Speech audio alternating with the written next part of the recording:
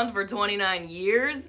Okay, baby boy, let's play. The US's earliest known trans advocacy group was in 1895, nearly 130 years ago. It was called the Circle of Hermaphroditos. Now, 130 years still isn't very long into human history, but it sure as hell trumps your 29 years. So let's go back a little further and leave the US. In Italy, in the early 1800s, we see the appearance of the word femminillo. A femminillo described a person who was assigned male at birth, who lived their life out as a woman and got married to men as a woman. But why don't we take it 400 years earlier than that? In the 1400s in Albania, we get the word bernesho, which describes someone who was assigned female at birth and wore male clothing and was a masculine person for the rest of their life. Let's go back 400 years earlier than that, to the 1200s. In Egypt, a group of people known as the Mamluk would recognize female porn people with masculine traits and then dress them up as sons for the rest of their lives, and they would be treated as men with male privileges and have wives. But let's go back 1600 years earlier than that, in 400 BCE! In ancient Greece, there were people who lived androgynously as prophets and healers, and they were called the Enrai people. But let's go back even earlier than that, to as early as 7000 BCE. Dating back to the oldest ancient history we have, we see depictions of people who either contain characteristics of both sexes